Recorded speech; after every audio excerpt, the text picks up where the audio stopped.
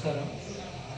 ఈరోజు అల్లూరు సీతారామరాజు జిల్లా జీకేవిధి మండలం జీకేవిధి గ్రామ పంచాయతీ వైపు గుంతపల్లి గ్రామానికి చెందిన సోదరుడు భీమరాజు కోరిక మేరకు వాళ్ళ గ్రామాల్లో చదువుతున్న పిల్లలకు మా వంతు సహాయంగా అట్టలు,